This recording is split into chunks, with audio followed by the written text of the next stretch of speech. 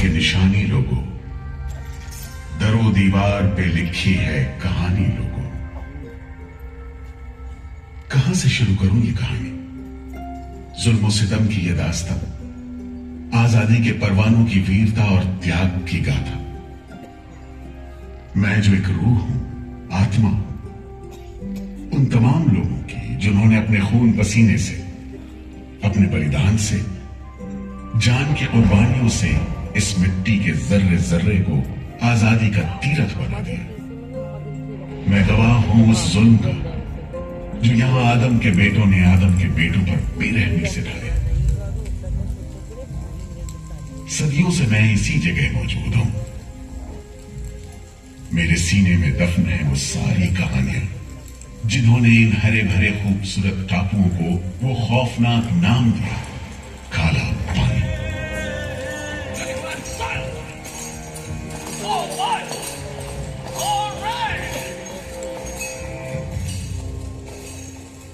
तो वहीं से शुरू करते हैं, उसी हरियाली से जो कैद करने वालों के जुल्म और कैदियों के खून पसीने से बेदाग थे।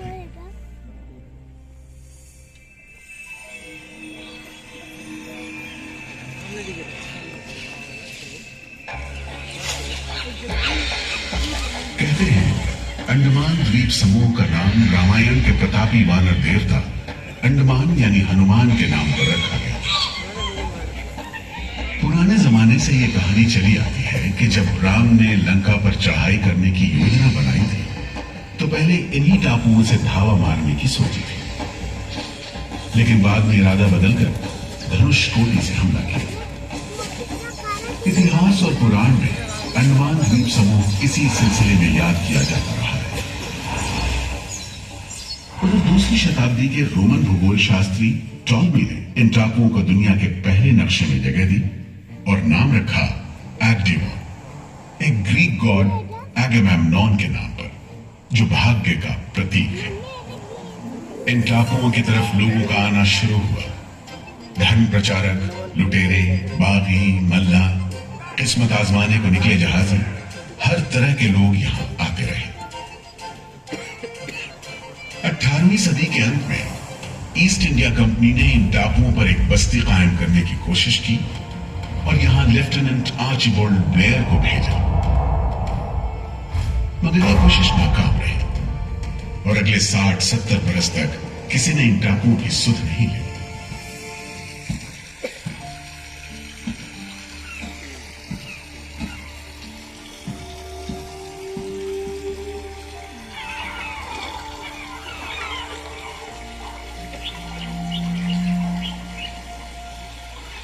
प्राकृतिक खूबसूरती और शांत समंदर के बीच जिंदगी की खामोश लहरें उठती और बैठ जाती।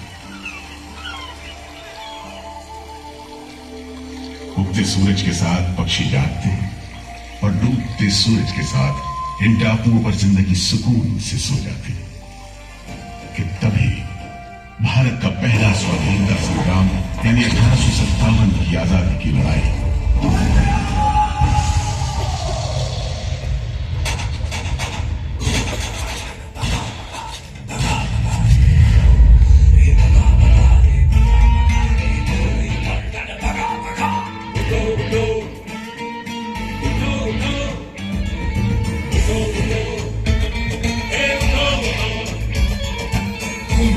संसद भवन में मंगल पांडे की ललकार। पूरा रिकॉर्ड करना है क्या? संसद भवन में मंगल पांडे की ललकार। भारत छोड़ो जाओ अपने देश बाहर। रानी झांसी क्या दोगे? रानी झांसी क्या दोगे? रानी दिल्ली दरबार।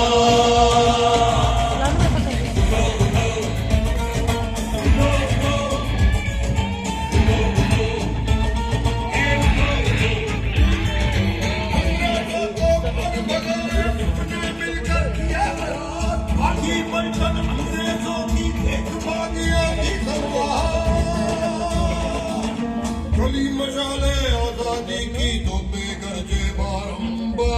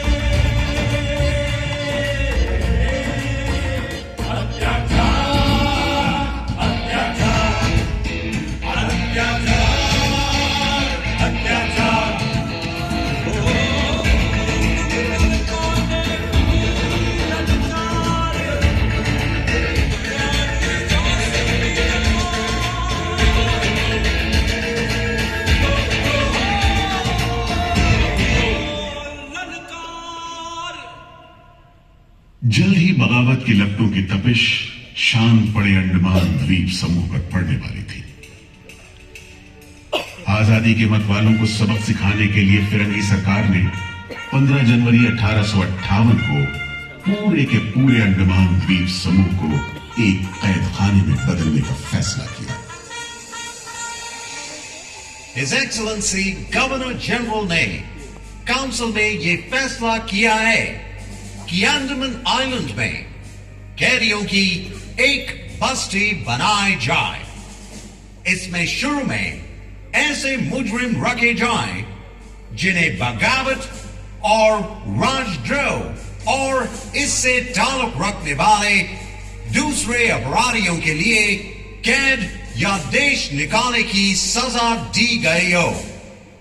और इस तरह अंडमान द्वीप समूह की पुरानी खाड़ी का नाम लेफ्टिनेंट आर्चिबाल्ड ब्लेयर के नाम पर पोर्ट ब्लेयर रखकर मुजरिमों की बस्ती कायम की गई। सन 57 के वीरों के नक्शे कदम पर कुछ ही साल बाद अंडमान की धरती पर पैर रखे वहाबी आंदोलन के राजनीतिक बंदियों ने 1860 से 1872 के बीच बहुत से वहाबी आंदोलनकारी अंडमान भेजे गए। सरहदी सूबे का रहने वाला एक पठान शेर अली आफरीदी भी अंडमान में उस समय उम्र कैद की सजा काट रहा था और अंग्रेजों से बदला लेने के लिए मौके की तलाश में था।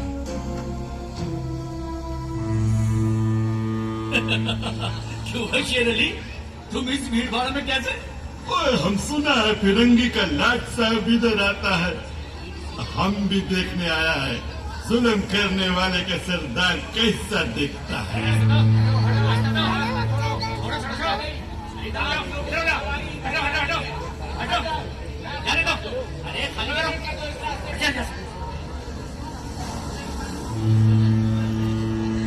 अरे देखो देखो, आ गए लाट साहब, अंग्रेज बहादुर आ गए।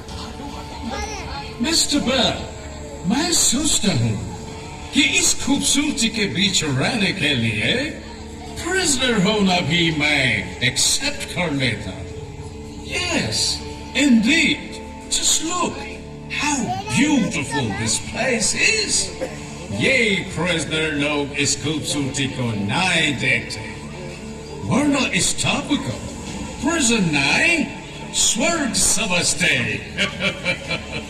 यस सर, आप ठीक कहते हैं। इधर आइए प्लीज।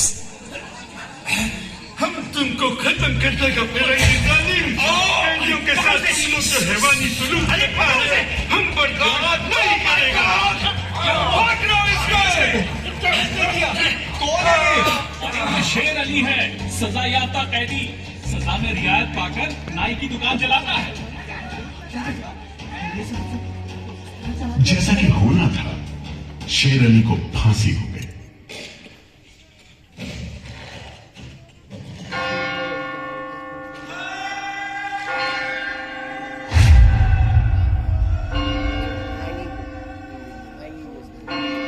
शायद इसी घटना का असर था कि ब्रिटिश सरकार ने कैदियों के साथ और भी कड़ाई बरतने के बारे में गंभीरता से सोचना शुरू किया। नतीजे के तौर पर सन 1896 में पोर्ट ब्लेयर की खौफनाक सेलुलर जेल का काम चीफ कमिश्नर केविन और इंजीनियर मैक्विन की निगरानी में शुरू हुआ। यूरेनस मैक्विन, आपकी जांच पूरी हो गई? यस सर, हमने पूरा टापू का मुआयना कर लिया है। तो आपके हिसाब से जेल कहाँ बनेगी? मेरा राय में जेल इसी जगह बने तो अच्छा रहेगा सर। इस पहाड़ी पर? यस सर, हम इस पहाड़ी को ईस्ट का तरफ ऊपर से काटकर समुद्र से 60 फीट की ऊंचाई पर मैदान बना देगा। इससे दो फायदा होगा, जेल के लिए जगह निकलेगा और पहाड़ी काटने से जो मिट्टी निकलेगा उससे हम नीचे का दलदल को भरकर ऑफिसर्स के लिए टेनिस एंड क्रिकेट खेलने का मैदान, इवन जिमखाना क्लब भी बना सकता सर। तय हुआ कि 5 लाख रुपए की लागत से पोर्ट ब्लेयर की इस पहाड़ी पर जेल बनेगा। फौरन कारीगरों के अलावा 600 कैदियों को काम पर लगा दिया गया। इस जेल में एक वक्त में 700 कैदियों को बंद रखा जा सकता था। योजना के अनुसार जेल के बीचों बीच एक मीनार बनाई जानी थी, जिसकी 7 दिशाओं में 7 खंड किसी सितारे की भुजाओं की तरह निकले होंगे। हर खंड में 3 मंजिलें बनाई जानी थी और 7 खंड में कुल मिलाकर 698 कोठरियों का निर्माण होना था। ईंटों की ढुलाई के लिए ट्रेन की 5 मील लंबी पटरी बिछाई गई। इमारत बनाने के लिए ढेर सारे सामान बर्मा से मंगवाए गए। जेल को बनाने में कोई 3 करोड़ ईंटें इस्तेमाल की गई। इंसानी खून पसीने की तो कोई गिनती ही नहीं।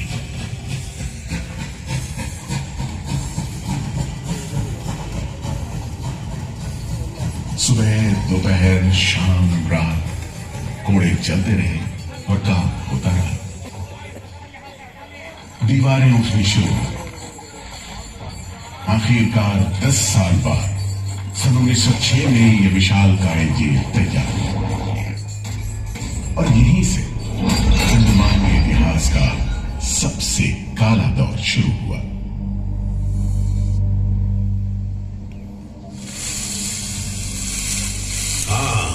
सच कहते हो, आज भी उस दौर को याद करके झुरझुरी सी हो जाती है। मैं पुराना पीपल का पेड़ जेल खाना बनने के इस लंबे अरसे में हर रोज अपनी जान की खैर मनाता रहा, क्योंकि इस पहाड़ी पर उगे हुए घने जंगल साफ करने के दौरान बहुत से लोग थे जिनका ख्याल था कि मुझे भी और पेड़ों की तरह काट गिराया जाना चाहिए, लेकिन मैं बच निकला। मेरी किस्मत में शायद खड़ा रहकर इस जेल में होने वाली यातनाएं देखना लिखा था।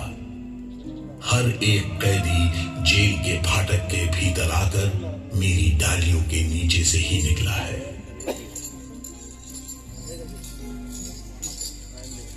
जैसे जैसे अंग्रेजी शासन के खिलाफ आजादी की मांग तेज हुई, ब्रिटिश सरकार ने सेलुलर जेल के फाटक हर छोटी बड़ी बात के लिए खोलने शुरू कर दिए।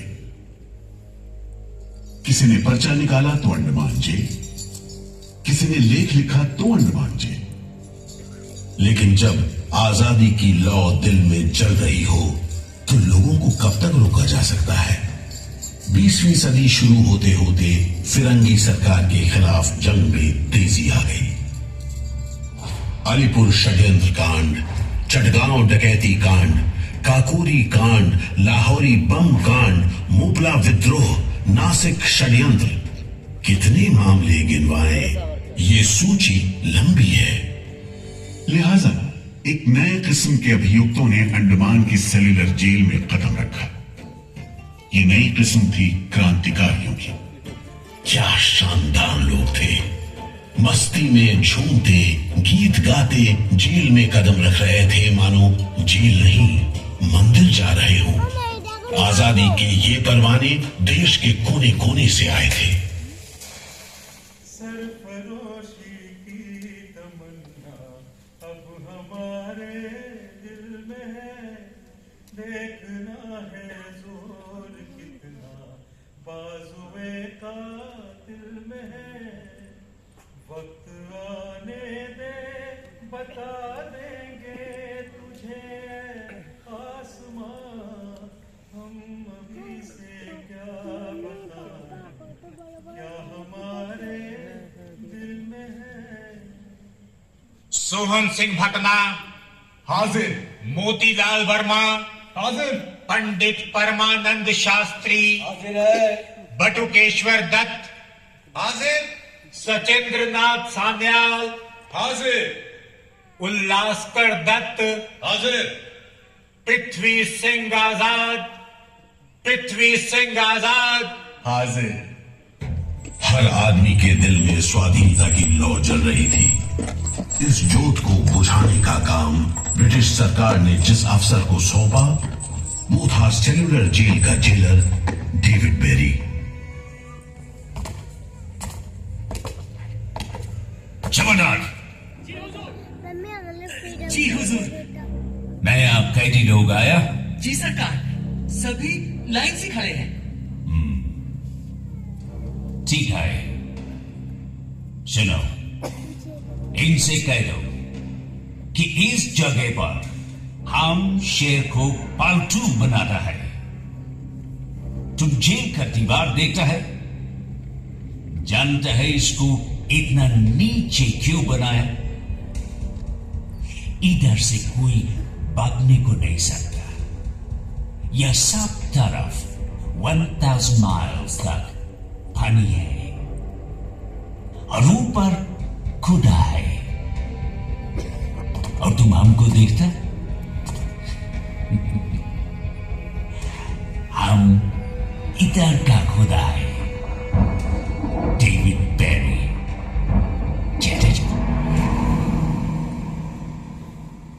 इस तरह कैदियों से ठसाठस भरी जेल की गंदी सीलन भरी बदबूदार हवा में कैदियों का बंदी जीवन शुरू होता है।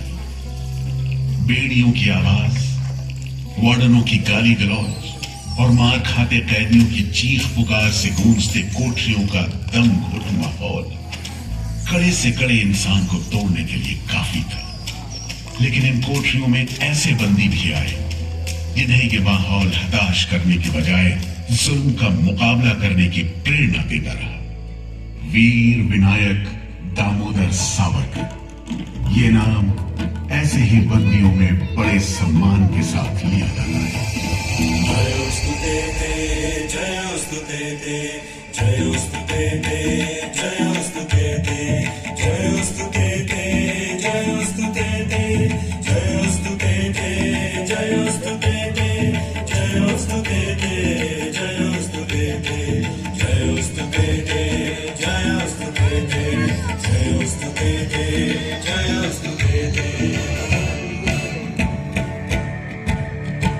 श्रीमहन मंगले शिवास्पदे शुभदे, श्रीमहन मंगले शिवास्पदे शुभदे, स्वतंत्रते भगवती पावनं यशोदां वन्दे। जयोस्तु ते, जयोस्तु ते, जयोस्तु ते, जयोस्तु ते।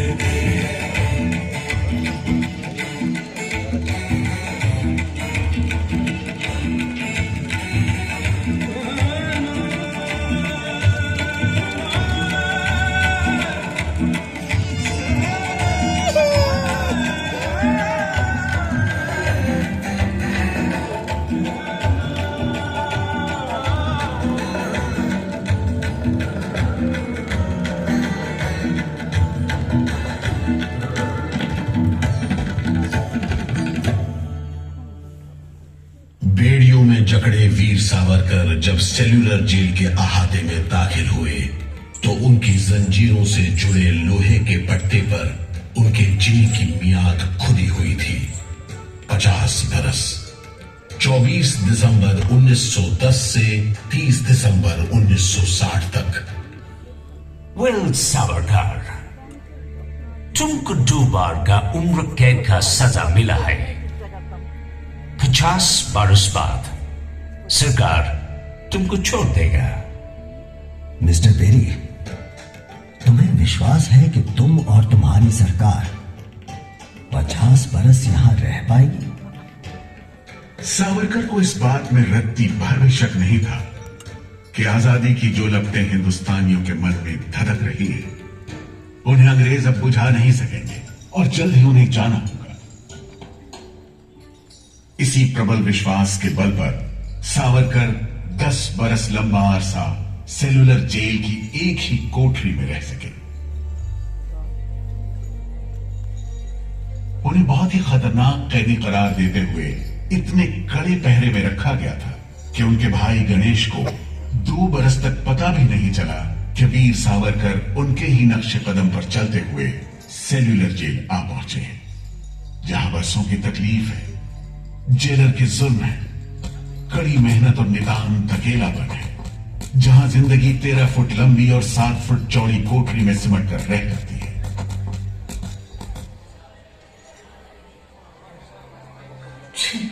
ये कैसा रद्दी खाना है? चावल में कंकड़ है, सब्जी में रेत है और दाल में कीड़े। खाना क्या है? घास फूस है। बर्तन भी देखो कैसे टूटे फूटे, जंग से लाल और तेल से जुड़े हुए। सबसे ज्यादा कमी तो पानी की है।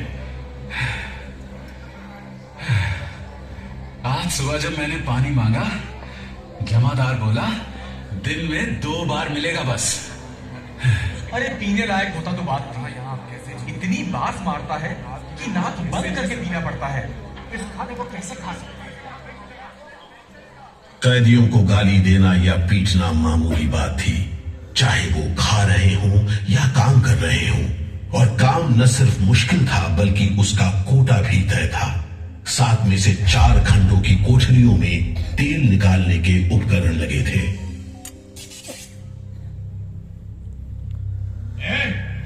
इंदुभूषण, सुधीर, हेमचंद, तुम लोग इधर चलो, नारियल के बोरे उठाओ। हर बोरे में है 25 सेर नारियल। इन्हें पहुंचाओ तीसरी मंजिल पर। शाम तक हर आदमी को 30 पाउंड तेल निकालना है, समझे? हम इतना तेल कैसे निकालेंगे? वो मशीनें तो हाथ से चलानी पड़ती है। सपान मत लड़ाओ बदमाश। जो हाथ बम पिस्तौल चलाते हैं वो मशीन नहीं चला सकते। चलो जल्दी करो, भाग कर जाओ और काम करो।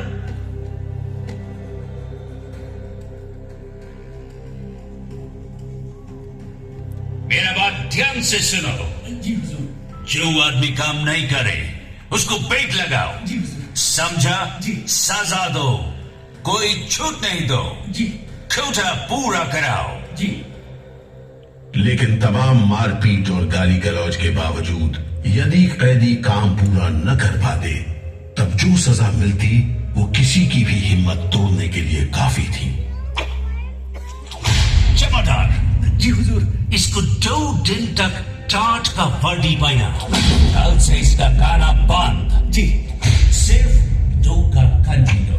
जी हुजूर। ये पहला बार काम नहीं पूरा किया जी, इस वास्ते इसको 1 हफ्ता हथकड़ी में रखो। जी हुजूर। ये बागी का बच्चा है, इसको बेड़ी डालो, इसको भी बेड़ी डालो 6 महीने तक। जी हुजूर। तुम अब तक 5 बार काम का कोटा पूरा नहीं किया, हम तुमको इस बदमाशी का मजा चखाएगा। जमादार जी हुजूर, इसको तन्हाई में रखो। जी। Solitary confinement. जी। कोठरी में काम दो। जी। और इसको पेट लगाओ। जी। और मारो, और मारो। नारे बोलेगा, बोल नारे, बोल, बोल नारे, बोल, बोल नारे, जितनी ताकत है बोल नारे।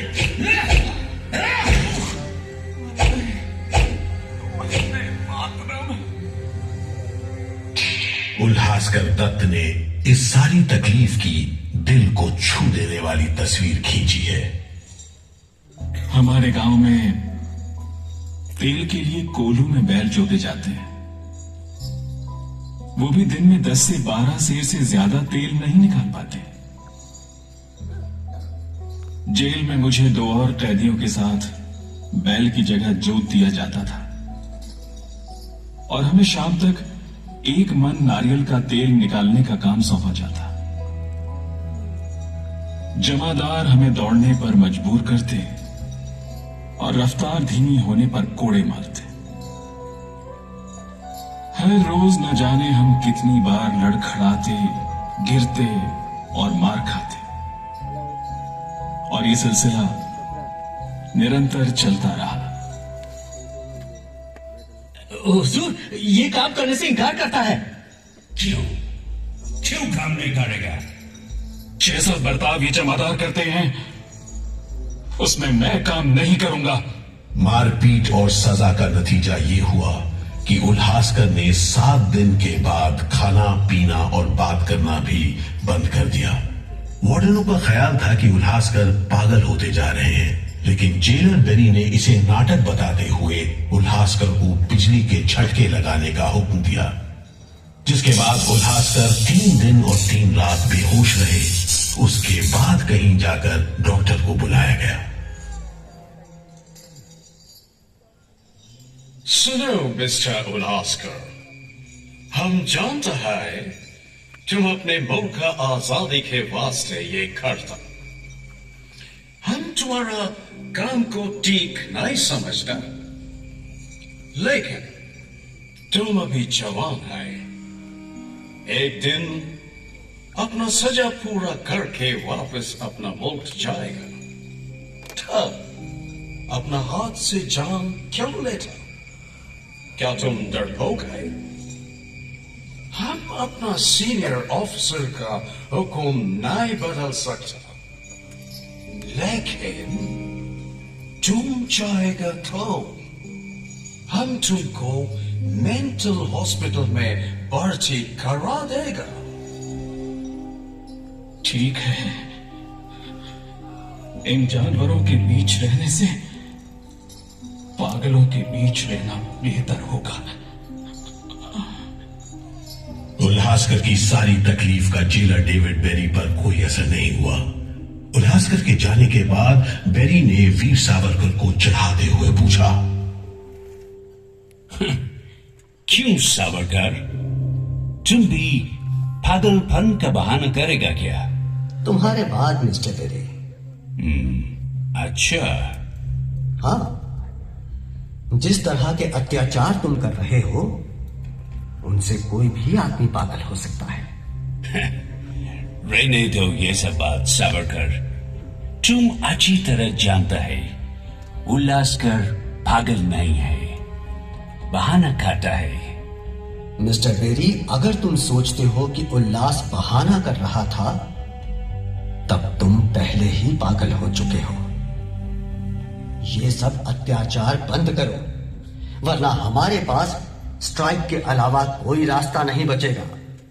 छूट नहीं, रियायत नहीं, छूट नहीं, रियायत नहीं। हमारी मांगे पूरी करो, पूरी करो। जिंदाबाद, बंदियों को छोड़ दो, बंदियों को छोड़ दो। और इस तरह कैदियों ने अपना आखिरी हथियार इस्तेमाल करना शुरू किया। हड़तालों का एक लंबा सिलसिला चल पड़ा, मगर ऐसे मामलों से जेलर बेरी और उसके अमले के रवैये में कोई खास फर्क नहीं पड़ा। कुल मिलाकर सेलुलर जेल के कैदी तकलीफ और बदसलूकी के बीच अपने दिन गुजारते रहे।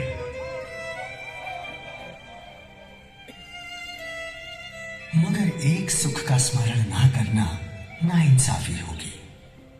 वो सुख था बुलबुलों की चहक, उनका मधुर स्वर, उनके झुंड कल कल करते नारियल के टुकड़ों पर टूट पड़ते।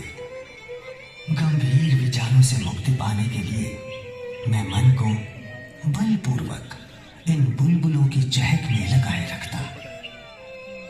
मैं अपनी भाषा उन्हें सिखाने में असमर्थ था। यदि सिखा पाता तो मैं उन्हें देश प्रेम के गीत सिखा देता, ताकि अगर कोई मेरी कोठरी खोजता हुआ आए तो लोग कहें कि जिसके सामने बुलबुल देश प्रेम के गीत गा रही हो वही सावरकर की कोठरी है।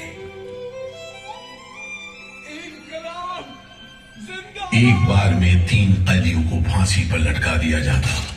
दिल दहला देने वाली चीखें निकलती, जेल का घंटा खनखना उठता, जेल की मीनार पर लगी बत्ती जलती बुझती रहती और 8 मील दूर तक खड़े जहाजों तक खबर पहुंच जाती कि फिर से कुछ कैदियों को फांसी पर लटका दिया गया है। 12 मई 1933 को कैदियों ने फिर भूख हड़ताल का सहारा लिया।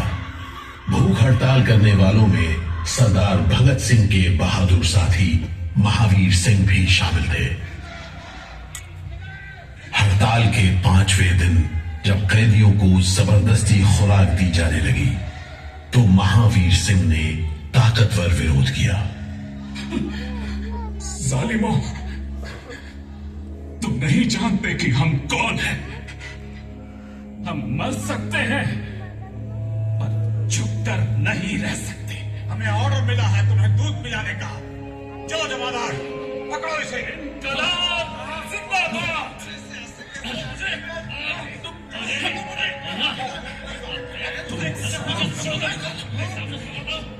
हम जबरदस्ती नहीं सहेंगे।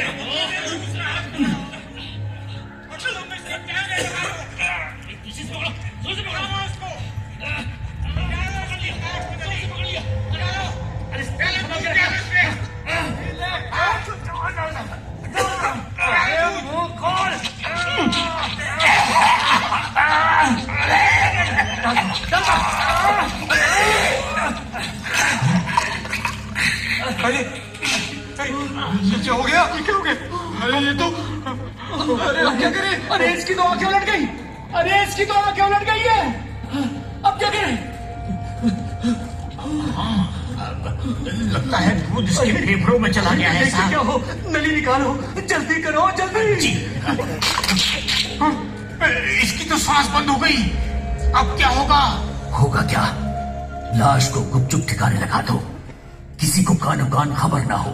मैं तो कहता हूँ साहब, इसकी लाश को बोरे में डालकर पत्थर से बांधकर समंदर में बहा दीजिए। किस्सा खत्म। चलो फिर ऐसा ही करो। झटपट ले जाओ उसे, झटपट ले जाओ। लेकिन ये खबर छिपी नहीं रह सकी। जब लोगों को पता चला तो देश भर में विरोध की भीषण लहर फैल गई।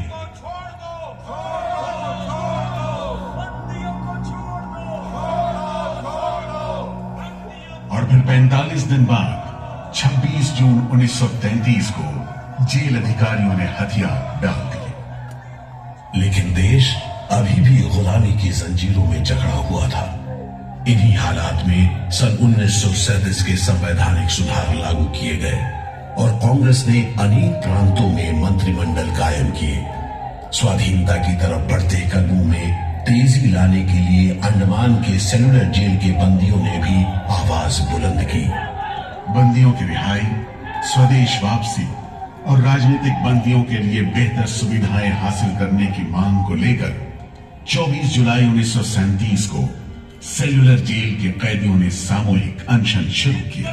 जिंदाबाद, इनकलाब जिंदाबाद, वंदे मातरम, वंदे मातरम। अंग्रेज सरकार मुर्दाबाद, अंग्रेज सरकार मुर्दाबाद। भारत माता की जय, भारत माता की जय, भारत माता की। इस भूख हड़ताल का असर पूरे देश पर पड़ा। जगह जगह कैदियों के समर्थन में आंदोलन होने लगे। सारे देश के राजनीतिक बंदियों ने अनशन शुरू कर दिया।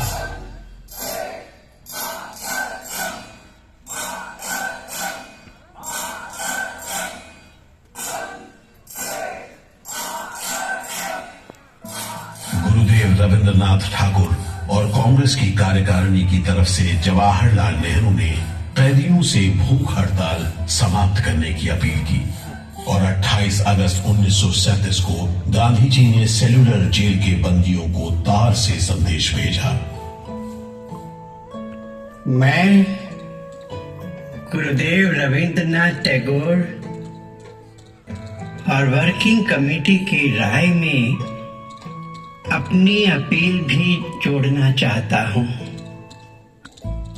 आप सब हड़ताल वापस ले लें और हम पर भरोसा रखें। हम आपको राहत दिलाने के लिए पूरी कोशिश कर रहे हैं। कैदियों पर गांधी जी की इस अपील का बहुत असर पड़ा। सभी कैदियों ने आपस में सलाह करने के बाद जवाब दिया। देशव्यापी अपील और आपके संदेश ने हमारे दिलों को छू लिया है। हम इस भरोसे पर भूख हड़ताल मुलतवी कर रहे हैं कि सारे देश ने हमारी मांगों और हमारे उद्देश्य को अपना बना लिया है। वंदे मातरम। 36 दिन के संघर्ष के बाद एक बार फिर बंदियों की जीत हुई। नतीजे के तौर पर सितंबर 1937 से सेल्यूलर जेल के कैदियों की स्वदेश वापसी शुरू हो गई। आखिरी जत्था जनवरी 1938 में रवाना हुआ और 80 साल बाद सेल्यूलर जेल राजनीतिक बंदियों से खाली हो गई और अंडमान द्वीप समूह के इतिहास का एक तकलीफदेह दौर खत्म हो गया।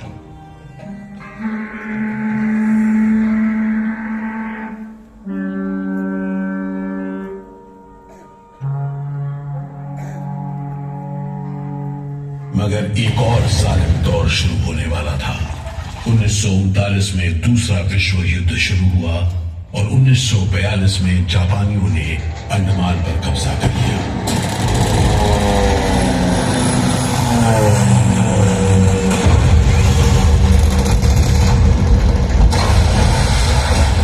हालांकि अंडमान पर जापानियों का कब्जा सिर्फ 3 साल रहा, लेकिन इस अरसे में ही उन्होंने काफी जुल्म किया। हर आदमी उनकी नजर में अंग्रेजों का जासूस था।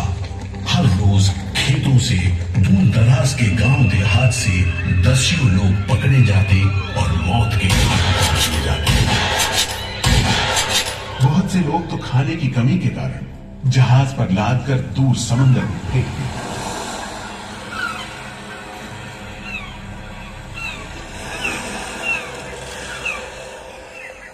इसी दौरान नेताजी सुभाष चंद्र बोस अंडमान आए और जेल का मुआयना भी किया, मगर जापानी उन्हें जेल के उन हिस्सों में नहीं ले गए जहां वो सैकड़ों कैदियों को जासूस करार देकर तकलीफें पहुंचाते थे। अपनी छोटी सी अंडमान यात्रा के दौरान नेताजी ने तिरंगा भी फहराया।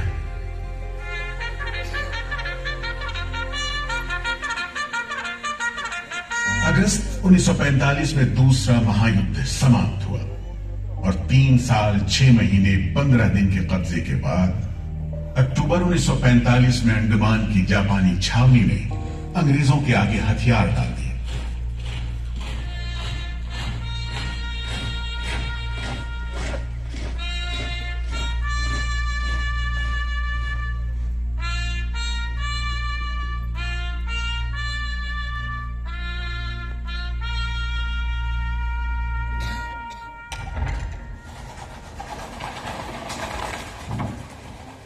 सेल्यूलर जेल के फाटक एक बार फिर खुले और कैदियों को रिहा कर दिया गया। इसके बाद 2 साल के अंदर भारत में ब्रिटिश सरकार का शासन खत्म हो गया।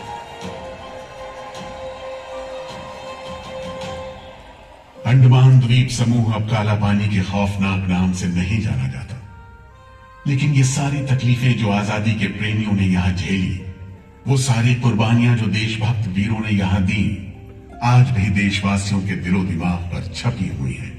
इसीलिए अंडमान के भूतपूर्व राजनीतिक बंदियों के भातृत्व मंडल की इच्छा को स्वीकार करते हुए भारत सरकार ने 30 अप्रैल 1969 को घोषणा की कि सेल्यूलर जेल को राष्ट्रीय स्मारक के रूप में सुरक्षित रखा जाएगा। भारत की आजादी के दीवानों ने जो अमानवीय यातनाएं इस कारागार में सही, ताकि भारतवर्ष आजादी की उन्मुक्त हवाओं में सांस ले सके, उन बलिदानों को आने वाली पीढ़ियां